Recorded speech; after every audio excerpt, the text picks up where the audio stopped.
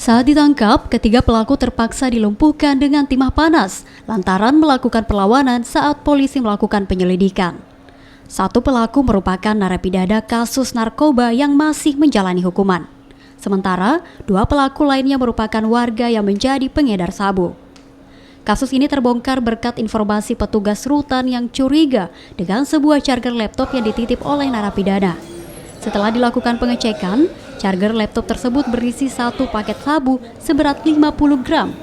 Menurut rencana, paket sabu ini akan diedarkan di daerah Makassar dan Kabupaten Goa. Melakukan pengembangan kepada siapa barang ini akan ditujukan dan dari mana barang ini berasal. Sehingga kemudian kami mengamankan 4 orang. 4 orang ini ada yaitu saudara A, saudara perempuan C, kemudian saudara U dan W. Jadi peran dari masing-masing ini berbeda-beda.